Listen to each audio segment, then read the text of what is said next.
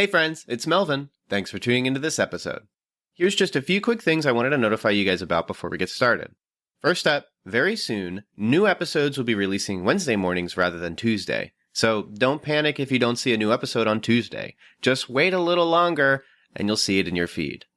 Second, we've introduced a mailbag. Check those show notes and toward the bottom you'll see a mailbag link. You'll then be able to text us any questions you might have about movies, the movie industry, or any movie/Christian related questions you might have. Then we'll respond in a future episode, so send us your questions now. Up next, Patreon polls, which are available to Patreon supporters at the $3 tier or higher, have been updated. Supporters can now suggest films or shows to be reviewed at the end of each month.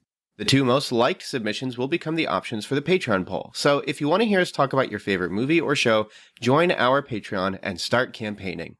And lastly, whether you're a new or longtime listener, please consider writing a review or rating the Cinematic Doctrine podcast on iTunes and Spotify. Apart from financially supporting on Patreon, these are the two most helpful ways to support the show. And that's it. Enjoy the episode. Welcome to Monthly Movie News, a news segment on Cinematic Doctrine where we discuss important movie news from the previous month. In this episode, I'm joined by Daniel and Carter as we talk about the huge Warner Brothers news that their entire movie release schedule for 2021 would launch not only in theaters, but also on HBOMax the same day. That's wild news that shakes the entire movie industry to its core, so we speculate on how this decision came to fruition, what it means for the future of theaters, and if the general movie watcher will jump at the opportunity to visit the theater once vaccines are widely distributed and COVID is a thing of the past. Also, we spend like 10 minutes talking about the Saw franchise. Whoops. If you enjoy the show, you can always stop by the Cinematic Doctrine Patreon and show your support with a $3 monthly donation. Doesn't seem like much, but it really helps us out when upgrading equipment and producing more content. If you support the show through Patreon, you also get access to some sick perks like voting on a movie we discuss at the end of each month, as well as exclusive access to the pre-show, a special show that's a bit more freeform with general Christian film or personal discussions. You can also catch Cinematic Doctrine on social media. Links are in the show notes. And don't be afraid to leave us a review and give us your unfiltered thoughts on the show. We'd love to hear what you have to say. And lastly, you can check out cinematicdoctrine.com for written editorials and think pieces, as well as brief thoughts on trailers when they come out. All of this will be available in the show notes. Without further ado, let's talk some news.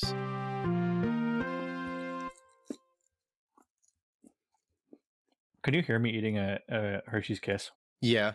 I mean, not really, but it's okay. At least you don't have coronavirus. Like maybe me. Not like 2/3 of the podcast. Yeah. What a way to start. Yeah, my wife, she tested positive.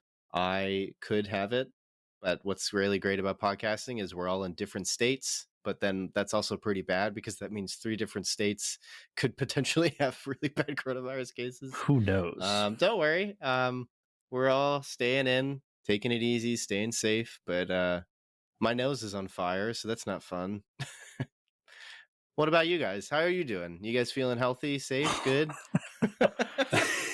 Well, Melvin, my wife also tested positive, so I'm kind of on the same path as you here.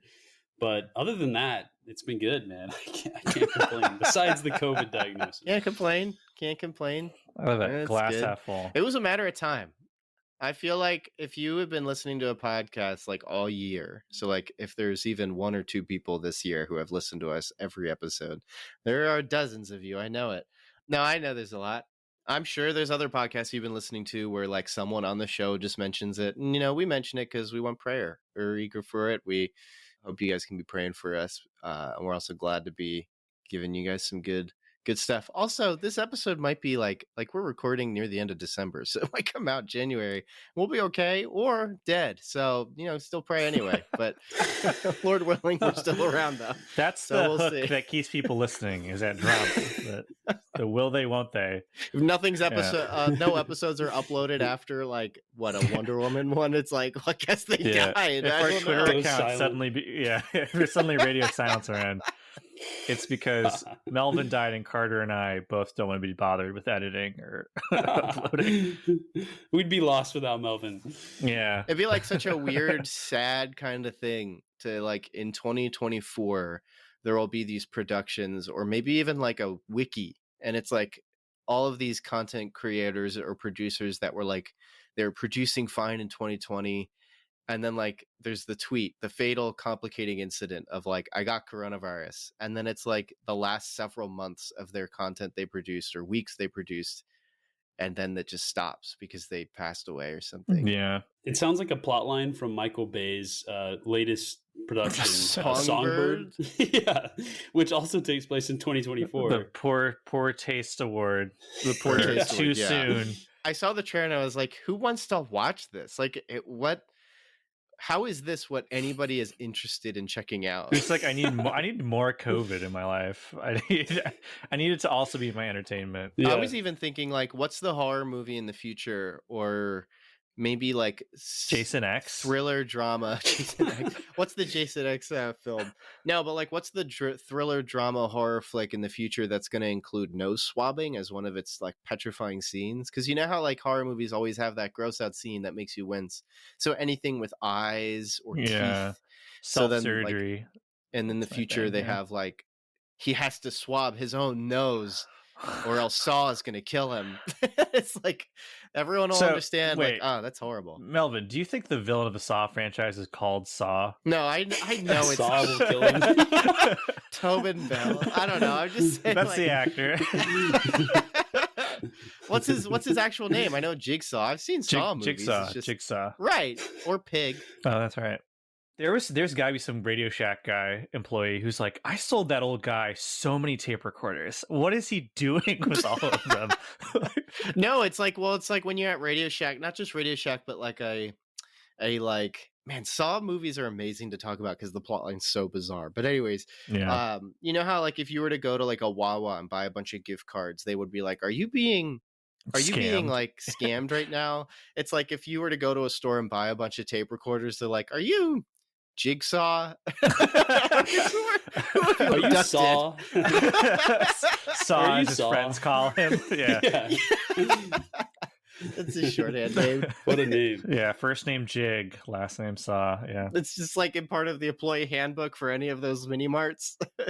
If somebody buys a bunch of gift cards, ask them if they're being scammed. If then someone in the little buys bottom, if someone buys a bunch of tape recorders, ask them if they've abducted anybody recently. Ask them if they have a twisted view of morality and they're trying to teach people lessons. This guy has lived his whole life selling insurance, and this guy has smoked his whole life. You did not sell him insurance. Now choose who lives. Let's play a game. He wasn't in my district. And he just shoots him with a giant cigarette. I don't know. I haven't seen the song, but I assume that's what they're like. That's so good. I own like half the franchise on DVD though. I just haven't. The first one's very good. The first one is very, very good. Low budget. We only have one room and a tiny set movie. That's where James Wan and Lee Whannell got.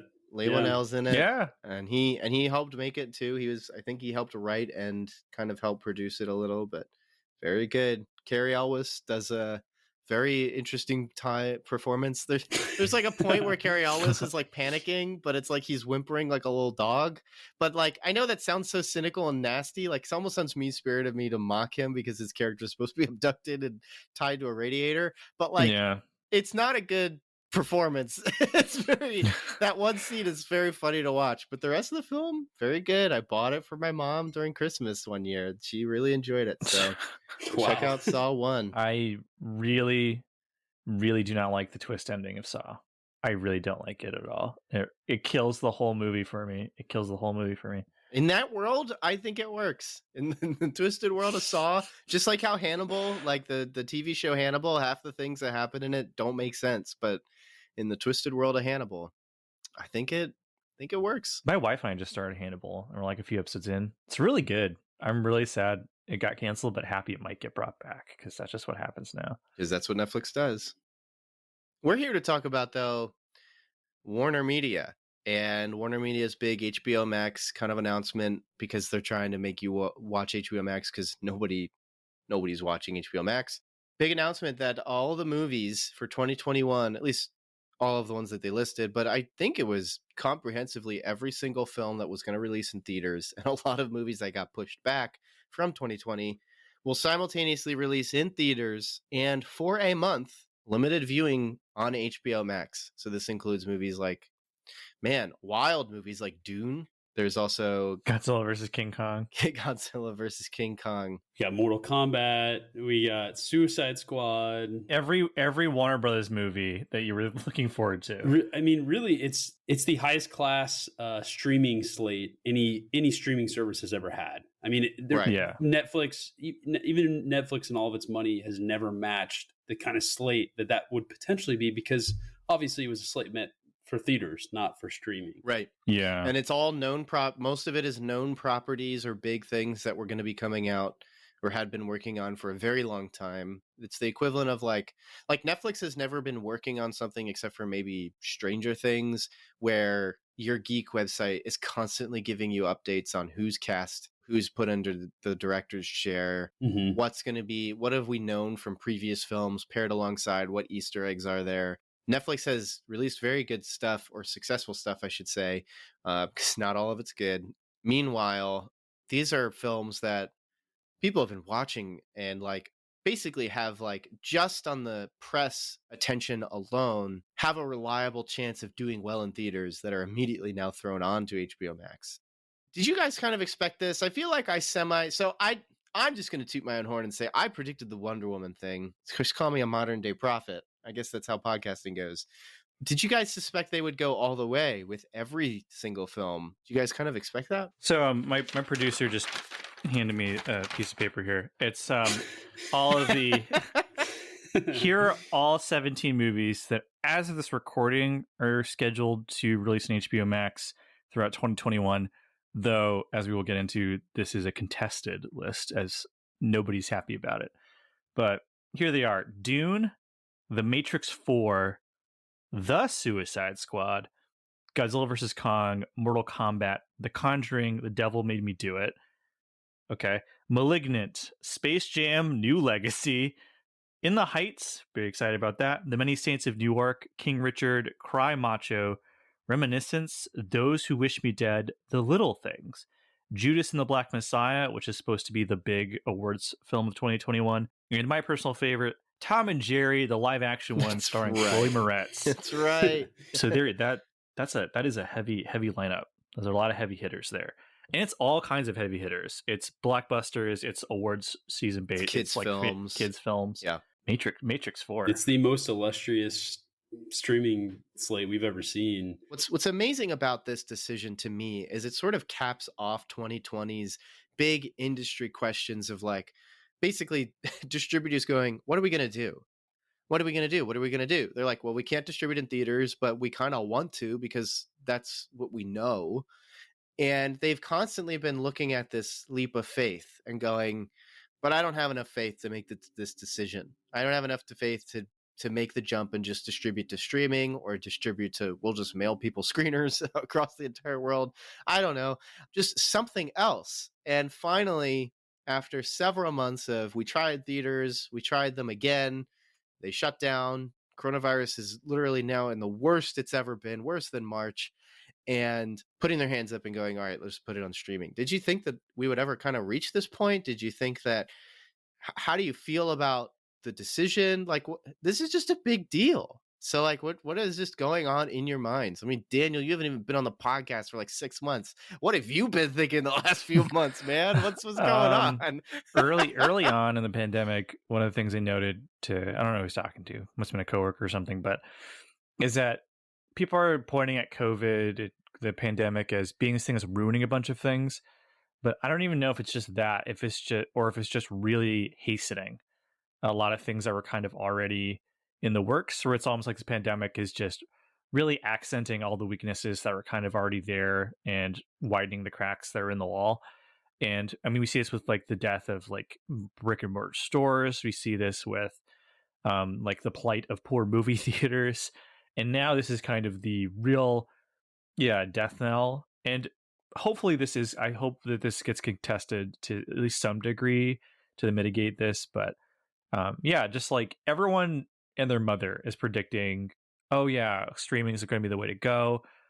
If anything, the Disney model seems to be kind of where a lot of the money is, where they're going to pour not quite a film budget into a mini series of production, but pretty close to it, or to at least to get that authentic movie theater feel for things like The Mandalorian, we see some Marvel shows, and spread them out release date to ensure people stay subscribed to your service. And that was kind of like where the trend seemed to be going. But this is just wild. I was worried this would happen. I don't know if we would say that I was like expecting it, but I was sitting there like, I really hope somebody doesn't just pull the trigger and throw their slate on it. Because I saw a couple of different people predicting this sort of thing would happen. It was more just a sense of like who would be the first to take the plunge. And Warner Brothers was that. And Walt Disney Pictures kind of did this a little bit too when they said a lot of the live action remakes would go straight to Disney Plus. Wasn't there that was like November when that came out. It didn't make as much of a splash as I expected it to, but it's also the last few live action remakes they've done haven't been very successful, so maybe that's why. That seemed like what they were already planning on doing for the launch of this service. So it seemed less, because Disney was very kind of weird about it, where they initially announced like some big projects for the streaming, some big projects for not, which is a problem you get into. Not problem, which is something you can do when you own a bunch of stuff already, and you can just kind of pick and choose what you release and what. And it seemed less like a huge change of course versus just moving assets around, where like, okay, we're going to keep some of these things in theater, some of these we're just going to push over to streaming. And so that's probably a big reason why that made much less of a ripple effect in among the trades and stuff, is just because was like, oh, like I guess Disney's doing that. And I think what was it they announced was getting moved over? There's one big one that was just kind of like, I already thought that was releasing Disney Plus. I don't even realize it was a new story. Are you talking about an upcoming movie, Dan, like Soul or like Raya and the Last Dragon? I know those are two movies that are going straight to Disney Plus. Which those are more shocked at, but there was some live action thing they announced. It might have been that Cruella de Vil movie. I just assumed that was going to release on Disney Plus already, so I was like, oh, okay. Yeah, and I think that new Peter Pan and Wendy movie from David Lowery, even though it hasn't shot yet, I think is in the goal is to put that on Disney Plus. Yeah, I'm really excited for that. That'll be fun. I love Lowery. But Melvin, one thing that I was gonna say about this news was this was some of the most shocking movie news I think I've gotten over the past year. For a few reasons. One, it's Warner Brothers, the studio of Christopher Nolan. Warner Brothers has consistently, supported theaters, or tried to. Even though Tenet really probably hurt them in the long run. And I think you're dealing with three entities here. You have AT&T, right, the corporate overlord. Then you have the Warner Brothers Film Studio, which has delivered this really awesome slate. I mean, Warner Brothers is probably my favorite studio because they deliver slates like this. I mean, you have stuff for families, you have Oscar stuff, you have stuff like Dune from a master like Denis. It's like, come on. And then I think the third entity here, we mentioned him earlier, is Christopher Nolan. He's kind of like this all-consuming black hole that represents the artists here. And, the funny thing about this HBO Max move was his latest movie, Tenet, Christopher Nolan's latest movie, which I love, was the catalyst for this move because it underperformed so poorly. It killed theaters. It was supposed to save them, and it killed them. It did, man, and really it killed the outlook for 2021, where they're like, "Hey, we have all these movies, and we can't keep pushing this off. We have to, get a return for our investment." And so I think that's why they had to make this decision. And there's two things I'll say. As a fan, I'm like, I'm okay with this because I get to, that means these movies are not going to get pushed back. Again, things are tentative right now. Right. But I'm like, yes, I want to see Dune. I want to see these things. But at the same time, the way they went about it was pretty questionable by not letting their talent know. Yeah. We had talked about 20 minutes before they let most of the directors know and stars, hey, this is what we're doing. Right. This industry altering move. And so, I think it's very interesting. So many different conversations around art and commerce too. I mean, look at what Nolan had to say about Tenet's performance. He said, and I'm paraphrasing, that the studios just need to get used to a new normal when it comes to box office returns. And it's like, I can see where you're going, Nolan, and I agree to a point, but it's very easy to say when you're not footing the bill like these studios are. Right. When he's not, Nolan is not in a position where he needs to self-finance his own production anymore. Yeah, exactly. He's kind of at a point where people are like, yeah, we'll throw money at you. And if he was self-financing, he'd be like, this is ridiculous. I need to go back to doing low budget movies.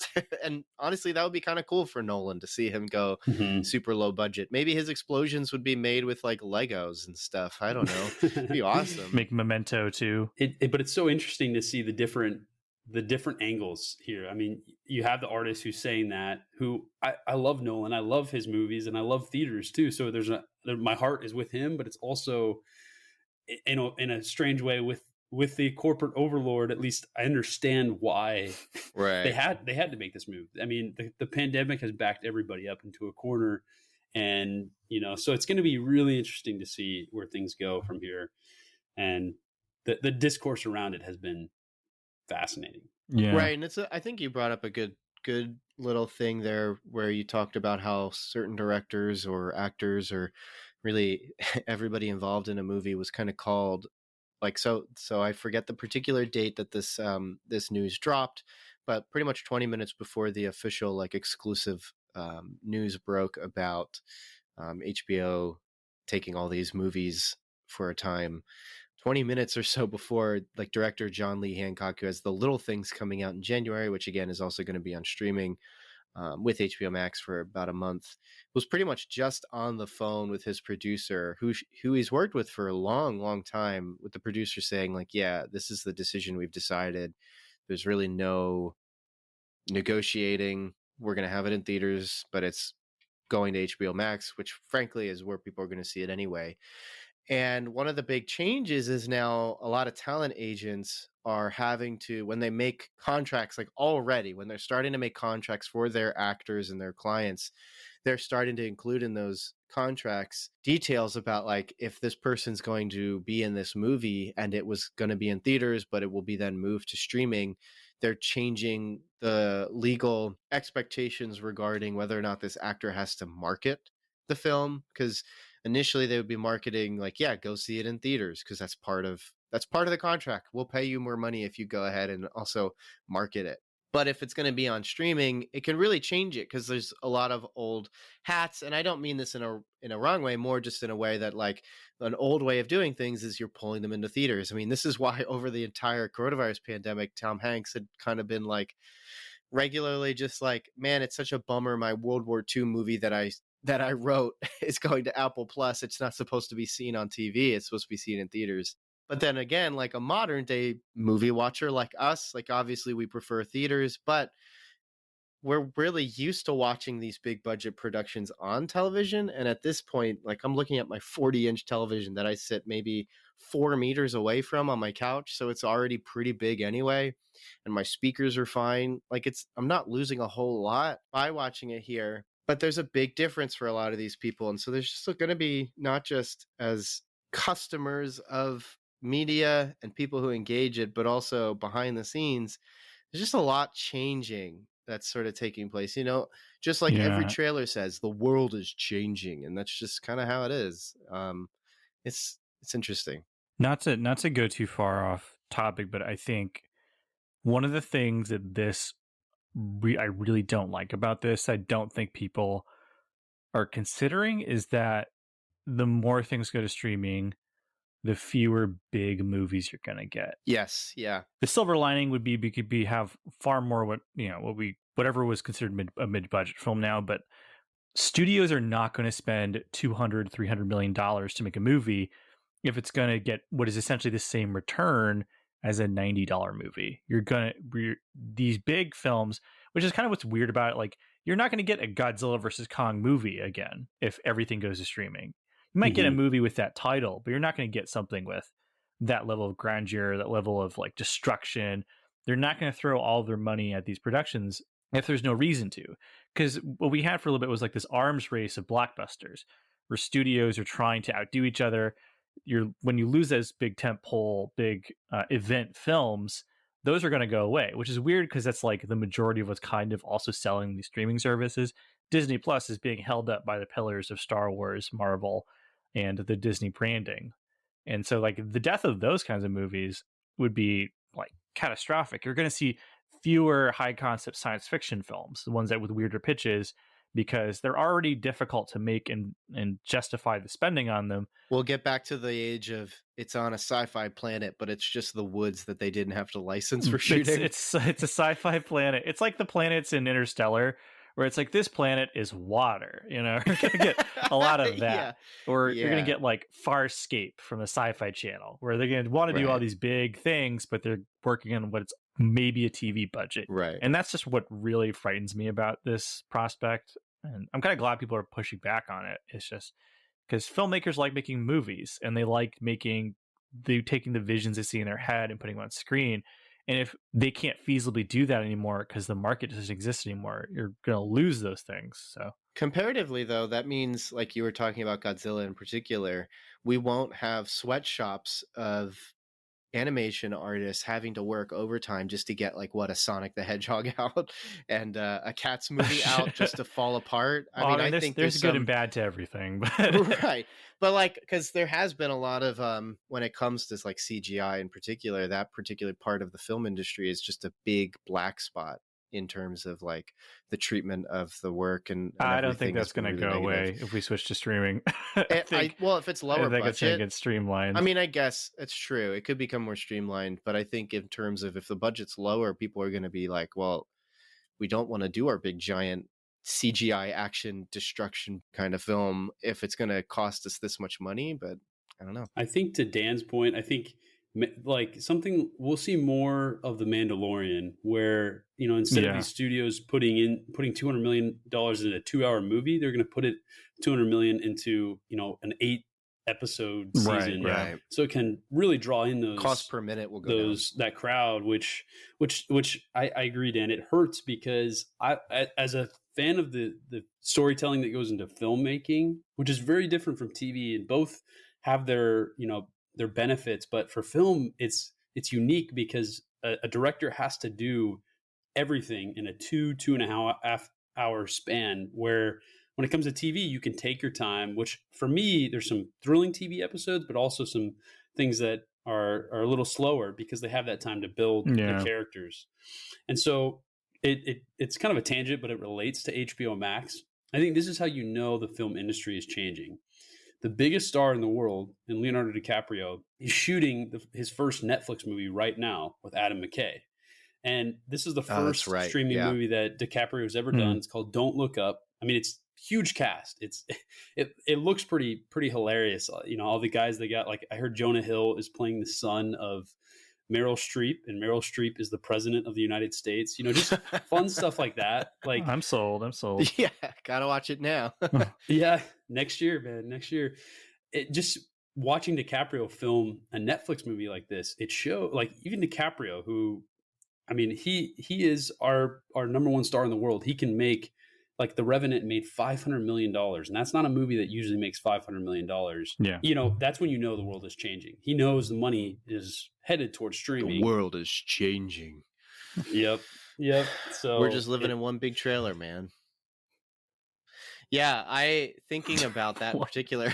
Come on, it's a podcast, right? We just have to put in Carter dumb banter. Gave up on his point at the end of that. I think it's a good point because Carter, you were mentioning DiCaprio and doing a Netflix movie, and then my first thought was how Tarantino has, kind of behind the scenes. There's been so much like rumor talk that he just basically loves Netflix because he really liked that they put up their Hateful Eight extended cut. He really likes. There was.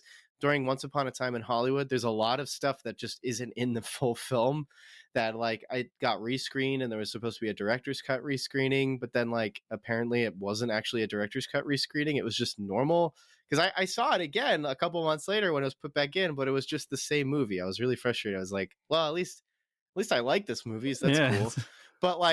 But there was talk where basically he was saying like, if you're not in the movie, don't worry, there's going to be a Netflix cut probably. For Hollywood, which is fine. That movie is made like a mini series. It might as well have a longer cut. Yeah. What was it? There was always jokes about it being a crossover with Mindhunter because the same actor who plays Manson is in both. Same Charles Manson actor.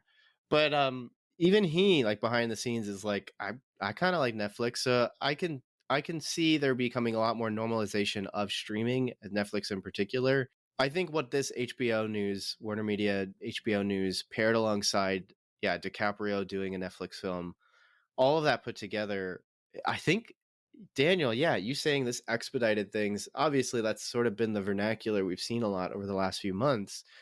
I would say this is sort of the end all of this expediency, is like, this is where we've headed. And I think this will be seen as the beginning of the new age, in the sense of this is where it's all going. That's really interesting. You just made me think, like, what if we shared, hey, this is what we think is going to happen? Because I think we've kind of, I mean, you just shared right there, but I think that was interesting because it's like, what do we actually think is going to happen? I'd be interested to hear you elaborate too, Melvin, and then Dan, what you would have to say. Well, I just went, so Dan, you go, take over, man. You got this. You're great. You're awesome. I mean, there's what I want to happen, is what I think is going to happen. I think so. The stimulus bill that just got passed is supposed to have money for movie theaters, particularly with an bent towards independent theaters. I could definitely see one of these companies just outright buying a movie theater companies chain. As in Sony or Warner Media or Disney. Or Disney, company as in, one of the big conglomerates, and treating movie theater releases almost like advertising for the streaming services. And for some things, you'll get big, like it'll be a big event, like the new Avengers movie or the new Star Wars movie will have a big theater experience, and they know that. You might even see like ticket prices go up for that because they know the type of people who'd want to see those movies in theaters wouldn't mind paying an extra couple bucks just for that experience of going to the theater. So you're thinking it'll be like Eternals, where it was, or not Eternals, what was the Immortals? What's the Marvel show that started in theaters and it totally fell apart? Inhumans, where they're going to be like, check out the first episode in theaters, or check out this movie in theaters, knowing that there's going to be subsequent stuff, but just not burn in a fire like Inhumans. Yeah. I think some big companies going to try and have their cake and eat it too. They're going to treat the theater experience like a night out, like an event, almost like it's like a glorified theme park ride. And I can think of one company that knows a thing or two about theme park rides. And I wonder which one that is. It's Sony, but you could have you could have a thing where what AMC is doing right now. I know because I get the notifications on my phone 4 or 5 times a day. Where they're really trying with those push notifications. We're alive. You can come to us. Come see Elf for $5. And it's going to be that though, where like some theaters, I could also see a company buying a theater and using it as like a showcase for some like tried and true properties, where half the movies in a theater are going to be something they have in their back catalog, and maybe even extended scenes too. Where like, come back again. You saw Avengers, but come see unedited, unfinished scenes from Avengers. Or see the unrated cut of this horror movie. But I would really hope that, in a silver lining thing would be that you see more theaters taking chances on smaller films because they just need things to show. Where like in a world, for example, where Disney buys AMC, and so AMC has a monopoly on certain franchises, I could see Showcase turning around and being like, we're going to be like the more, like, we're not Alamo Drafthouse, but we are going to be the more indie film friendly theater chain. We're going to have better pricing. We're going to show a lot of smaller films. We're going to have like a week where we show what was at Cannes, or a week we're going to show what's at Sundance, where I hopefully, in a good world where like in the good side of like capitalistic system, where it actually does breed innovation, where like one theater has to really reinvent the wheel in some ways to try and get people to come in. But I think, unfortunately, I mean, this is just the trend where for a while theaters were doing really, really well. But I saw a billion articles talking about this in 2018, 2017, talking about the bubble's going to burst. Movies can only get so big. You can only get so many people hyped up for an event. Like the Endgame and Infinity War took almost a decade of build up to get to get the numbers they had, and you just can't replicate them. And so a industry that is growing more increasingly dependent upon a particular trick that a particular pony can do can only survive for so long. So unless the theater business becomes a luxury business where it's the same thing as going to Disneyland or Disney World, you go to the theater once or twice a year to see that big movie, when like I dread the thought of like they really to try and sell it, they're gonna have more 3D, more 4D stuff where they blow air and smells in your face or something, or it becomes a more niche thing where every theater becomes essentially a version of the Alamo Drafthouse. But yeah, I'm not optimistic, and it breaks my heart because movie theaters really hold a very special place in my heart. So even though you weren't allowed to go to them during college. No, but my grandmother took me to them when I was 5. So, and I did go to the movie theater almost every weekend while in college, because I went home every weekend. And I actually double checked with RA at one point. I was like, "Can I do this without getting kicked out? I'm not at school." And he's like, "Listen, you can do whatever you want, but like that's on your conscience." And I was like, "Excellent." So, well, it's on my conscience if I miss saw this next Piranha 3D the week after he said that. You're making me stumble. I was like, "Yeah," and I was like, "Don't offer me this Isn't meat." Piranha 3D the James Cameron one? Which one's the James Cameron one? He did a Piranha that film. One's that was from one of the his 80s. first ones. He did Piranha, yeah. Yeah, I think it was Piranha 2. Okay. His best movie, Piranha 2, that's right. arguably. His masterpiece. Yeah. Magnum opus, the first film. Yeah. Could you imagine? Avatar 4 is going to be Piranha 3. Don't tell anyone. But I have a scooper. No, I that sounds a lot like what Carter kind of wrote in his piece. Everyone should go to the website, check it out. One man's optimistic take on the distribution. Plug. I don't know, because like Daniel, you said like some people were optimistic about theaters, about how they were doing better, but like all I've ever heard is that the only company that was doing better in terms of ticket sales when it came to movie theaters was Disney's big movies, even when they were just outright stinkers like Dumbo and The Lion King, where even though they weren't well rated or even general audiences didn't like them, they still made like $2 billion or something. And so like, but all other movies weren't doing well. And like Carter, you both of you guys had a similar sentiment of this is going to open the doorway to more independent movies to be screening well. But like, I don't know if you guys are near multiplexes. I know I am. And they have independent movies and they just don't do well. These movies don't draw in the crowds. The only ones that are like low budget films, because independents are presumably. Thank you, Daniel. Okay. Presumably, I still don't even think I said it right. Assuming all of these movies are low budget, the only ones that ever actually pull in money that do well are like Blumhouse films, and at that point they're not independent anymore. They're still, what is Blumhouse, Sony? I can't remember. I think they're Universal. Yes. So like the only thing Universal does well is Blumhouse. And I just don't see these doing well just because there's nothing else in screening, like, because it's not that people there's aren't nothing else people aren't compelled just to go to the movies and we'll just pick a movie. Like people go to the movie theater to see a specific not movie. Anymore. Some people do that, and some movies do get by with doing that. Like Medea films would just do that, and Christmas films sort of do that, and even Halloween movies do that. But now even horror movies are just screening in the beginning of the year anyway, like for some reason. So now it's like just sort of a catch-all. They're just trying. Companies are just trying. And because that's in contrast to like, I could read a book, I could play a video game, I could be on social media, I could watch on streaming, I could spend time with my pet, I could go for a walk, especially now as new hobbies are taking hold, where like hunting is hugely popular again this year. And part of that is also as economics get harder for lower income people, mid to low income, hunting and stuff like that becomes a lot more popular and stuff. But like, there's just so many other things going on that I just don't think theaters, I think it's too myopic to just think like, theaters will do better when it comes to independent screenings. Yeah. I see a bit more of what you're saying, Dan, where theaters might become more event stuff, where like it would be like turning up what AMC and Regal do to 11, where they would be like, come see the new Avengers or Jurassic World. Also, you get a playbill. Also, you get stickers. Someone dressed like Iron Man will punch you in the stomach every time there's an action scene. Like really get into it. I see it being almost even more obnoxious, where it could be like stay after for 30 minutes to have like a fan conversation. And it's like, I'm not horrible. Really interested. That sounds like really uninteresting to me. I can do that on social media already.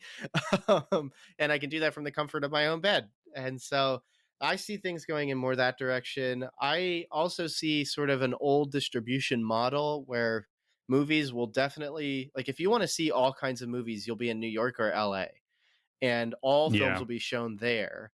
But then if they succeed well in New York or LA, they will expand into different markets.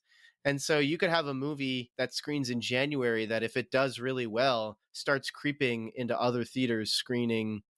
I don't know, it's screening in LA and New York, and it does really well there. 6 months later, you finally see it in your Midwest theater, single screen theater, Yeah. because it's done so well over the course of the few months that finally it's in your area.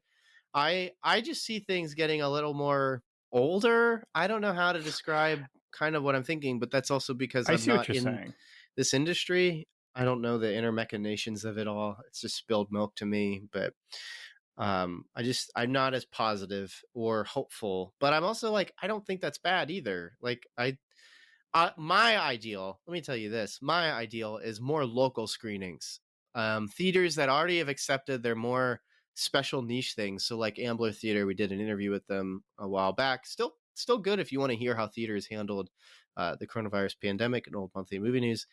Ambler Theater does a lot of local screenings and special screenings, and they get by donations, by patron supporters and stuff like that. And I'm okay with that, because that means they can just screen whatever they want.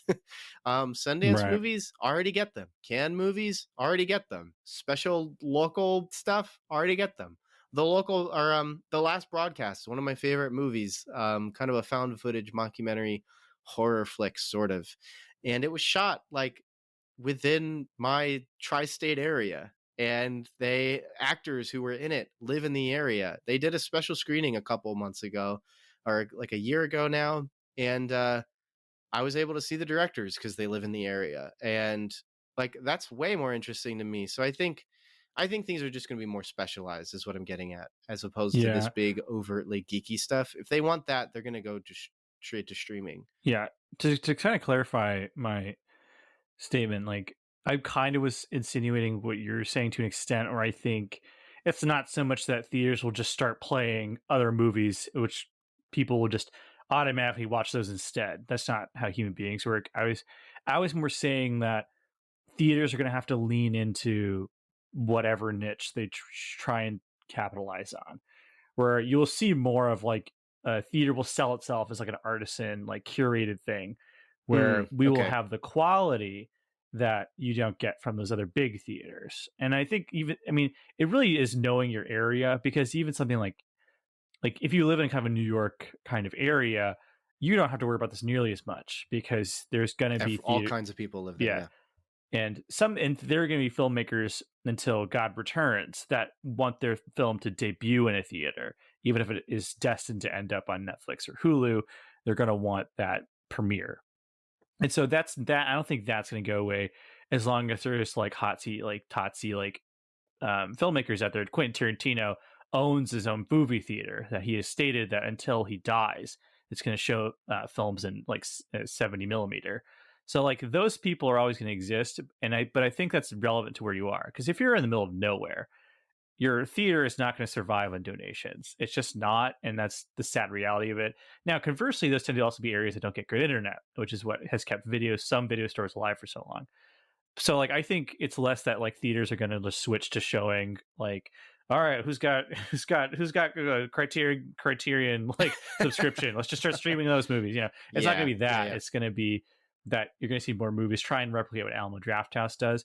I also think that one thing theaters could try and do, and this is something you have to work out with distributors, is be like an early access thing, where a movie is going to premiere on HBOMax in March, but we're going to be screening this in February. So if you want to get ahead of it, so like what Netflix kind of does but doesn't advertise, like Mank, Carter, you saw it in theaters I think early, and then 2 weeks later it was in theater or on streaming. They did that with Roma. I don't know why they wouldn't advertise that. They did that with Irishman last year. They did that, which that would have been a wild experience. 3.5 hours sitting in a theater. I did it. It was fun. I saw Gods and Generals like that. Yeah. Carter, when you saw it in theaters, did they have an intermission, or was it just 3.5 hours straight? It was 3.5 hours straight. It was an entire afternoon. Yeah. It was intense, it's well paced though, so that's good. It is. That movie has really grown in my esteem the past. Watching it again, Melvin, you had a great review last year too about it. But yeah, that movie devastated me, dude. It's devastating, man. Insane. lots of you can look at it, through the Christian worldview. There's a lot of very I think insightful things that Scorsese has to say, even if he maybe doesn't know the Lord. I think he's got a wild spirituality. He does. But he does. Like regarding theaters and Netflix, I think I'm a little more optimistic. And you guys, if you've read that editorial I put out, I was actually inspired by Jason Blum. He actually had an interview with I think it's called The Business. It's a podcast, movie podcast. And they were talking, and he was talking about how obviously he's bearish on the short term when it comes to movie theaters. Mm-hmm. They're going to be struggling short term, but long term, he sees this, what's come from, the tension that's arisen between theaters and studios over the window, right? Which it's always been a 90-day window, no matter what movie. And we know there are very different movies. Like in my editorial, I gave the example of Freaky, which is a small horror comedy from Universal. And then, like Jurassic World Dominion, which is, their big tent pole. I think that Jurassic World Dominion, and this was Blum's point, is that's going to have that 90-day window, right? That those studios need theaters. They have a vested interest in theaters because they're not going to make $1 billion at home. That's really their gold mine of one movie making $1 billion. Now, on the other hand, you have a movie like Freaky, which I think movies like that, they'll be in theaters for a much shorter amount of time, but you'll still see them in there. And so for those who really want to go see it, I think you'll be able to see it there. It's not going to do crazy business, but it's going to be a nice primer for that PVOD money that Universal will make. Right. And so I think, honestly, I do think by this time next year, I think the film industry will be fairly similar to what it was in 2019. I think we'll see, the Paul Thomas Anderson movie. I think we'll see those things in theaters. And here's why. Like Melvin, you had mentioned just independent theater, like independent movies are not driving people to the theaters, which I agree.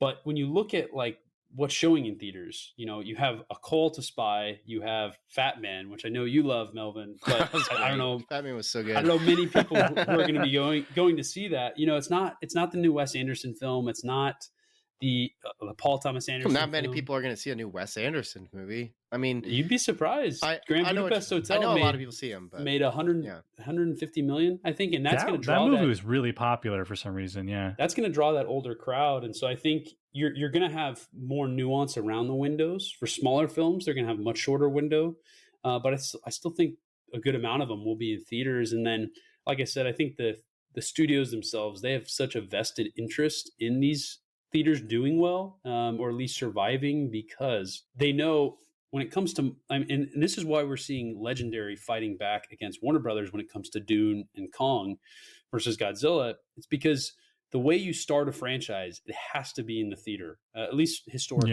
right? That could change, and obviously the franchise itself, like if you look at Star Wars, where do they make most of their money? It's their merchandise. But that's because they have that trust built in based on what you've seen on the big screen, these big events that are kind of larger than life. And so I think studios recognize for the long-term viability of these big franchises and to start new ones, they need to premiere on the big screen. So I do think by next year we're going to be in a similar place where we were in 2019, late 2019. Could be, but it's very interesting to kind of look at the conversations that have come around windowing and how that, I think that's going to be more nuanced based on the movie. Yeah. I think the thing to really kind of leave it on is that either companies can figure out the Stranger Things effect and succeed in creating a franchise through streaming, or they're going to have to go back to movie theaters. It's one or the other, because Stranger Things, I mean, that's the biggest win Netflix has had, I think, since House of Cards, because of just how much franchise potential it's created. Well, one thing I think we haven't really brought up in the conversation, but I think is really key to everything we're talking about. People like having something to do, and like going to a movie theater we're really looking at this through the lens of like, we're movie people. We like movies. We're thinking about like, what's the best way to see a movie? What's the best experience to have? And we're like basing this conversation kind of really around other people that to some extent going to the movies is just part of their life in some way. But they're like the larger audience. They're looking for a night out. They want something. They want to go out to eat. They want to go see a movie. They want to go somewhere to go on a first date. And that I don't think you can replicate as well with something like streaming. Like even like you can sit there and say like, oh, you can invite a friend over to watch Netflix, but like two 15-year-old kids, they don't want to stay at their parents' house and hang out. They're going to want to get away from their parents. They're going to want to go out. A couple going out for a date night. Part of the appeal is just getting out of your house to go do something. And so it's not that like the thing has kept theaters in business so long, despite VHS and Betamax, despite already what we've seen from streaming, despite home video and Blockbuster and stuff. The thing that's kept it, one of the big things kept it in business for so long is just like the active experience of going to another location to see something on a giant screen. So far has not been replicated by anything you can do at home. You can get a giant TV, much big of a giant TV as you want. You can get a really nice sound system, but you're still in your living room. You're still in your house. Unless you're someone who can afford a private theater, I don't think you can really replace that. And so I think movie theaters really just need to sort of pivot into that. And I think if they just lowered ticket prices a little bit, if they could figure out how to like keep back the studios at bay as far as like gouging them for ticket prices, if they can make concessions a little more affordable or figure out a way to market like meal deals or something. Like people like going to things. They like going out to eat even though they could cook at home. They like just, you know, I know people who just get in the car and drive because they just want to do something. And I think post-pandemic, people are really going to want to do something. Yep. They're really going to want to, they're just because they can, they're going to want to go to a movie theater. It wouldn't surprise me if we saw a boom in business of like almost like semi-retro-ish businesses where people are going to go to the movie theater, they're going to go to brick and mortar stores. Yeah. You know, I think that's going to be, that is the biggest competition for streaming is as much as people like to lay around and just put The Office on for a long time, be comfy. You're going to want to at least once in a while, you're going to want to go out to the theater. Yeah, it's important that you mentioned that too, because I was thinking about like, how am I as like someone who, like, how do I engage companies nowadays? And like, what are my habits that I sort of project in the future? And one of the things about like, we're obviously recording 2 days before Christmas. And so people are just, Amazon is on their mind because they've been using their Prime 2-day shipping to get the last few presents. And something I've noticed about how I engage online companies and sort of in comparison to brick and mortar experiences, I actually don't like personally buying on Amazon because of how many fake products you can end up getting or broken things. And Amazon doesn't have that seal of approval that like when I'm purchasing from them, it's actually gone through like a quality control system. Whereas a brick and mortar store is like, if I'm going to put this on my shelf, they need to meet some sort of standard. For instance, there's like some Netflix, there's a Netflix show, I can't remember what it's called, but it covers like really interesting like fake products and stuff like that. And one of the topics was talking about like the sale of beauty products through Amazon and how a lot of it is fake. And so like there's horror stories of like people buying these lipsticks that they think are from genuine sellers only to put it on their lips and their lips seal shut because it's all fake, made in some sort of like just made from glue because it imitates the same texture as the initial original product. And so now these people are having like, my lips are sealed shut and I have this panic attack of like, this hurts, like I can't do anything. And then Amazon can't do anything about it because they're like, well, they sold you a bad product, but the law doesn't go far enough for fake products to be like, we'll pursue this and spend the money to figure out where these are from. Apologies that this is only coming up in my mind after we've been talking and I haven't prepared to talk about it, but my habits have dictated that like if I'm going to buy something, I'd rather go out to the store and buy it now, even though that's so like I'm a millennial. Shouldn't I be growing up and thinking I'd rather buy everything online? But that also goes for a lot of my like other services I engage.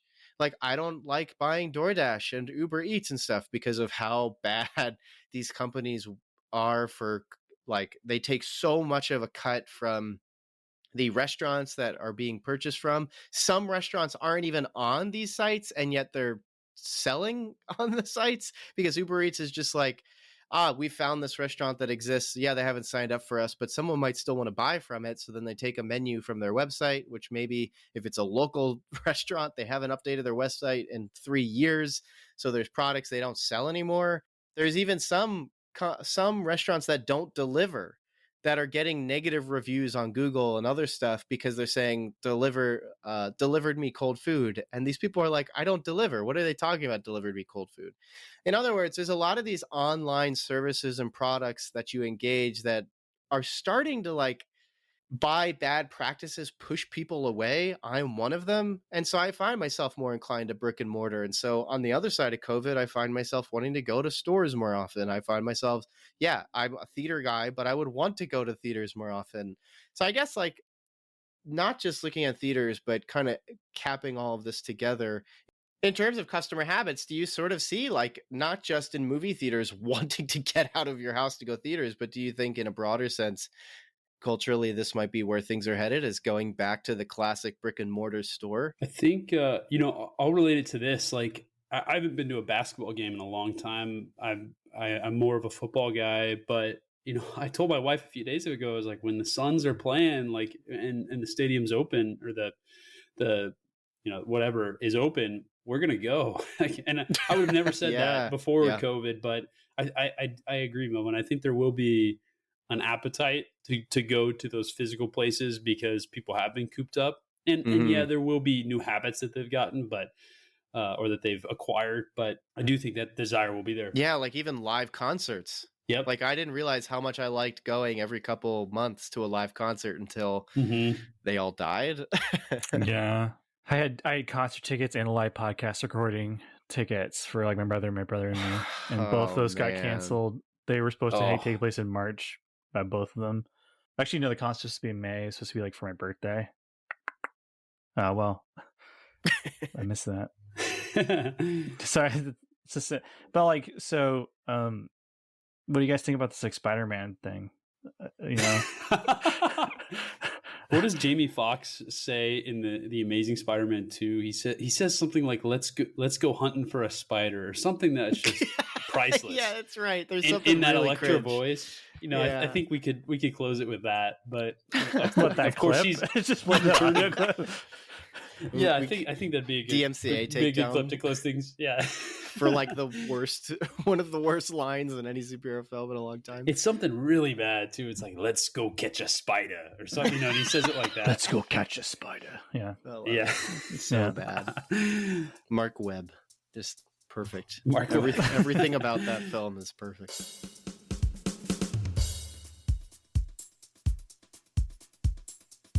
Thanks so much for checking out this episode of Monthly Movie News. We hope you enjoyed it. If you enjoyed the show, always feel free to share your thoughts on the show with a review, follow us on social media, check out the Cinematic Doctrine Facebook group, or support us on Patreon and get some sick perks. A special shout out to those who support at the Art House Theater tier. Thanks so much, Mom, Dad, Melanie, Shirleyan, and Thomas. You guys are the best, and your continued monetary support means the world to us. Until next time, stay cool.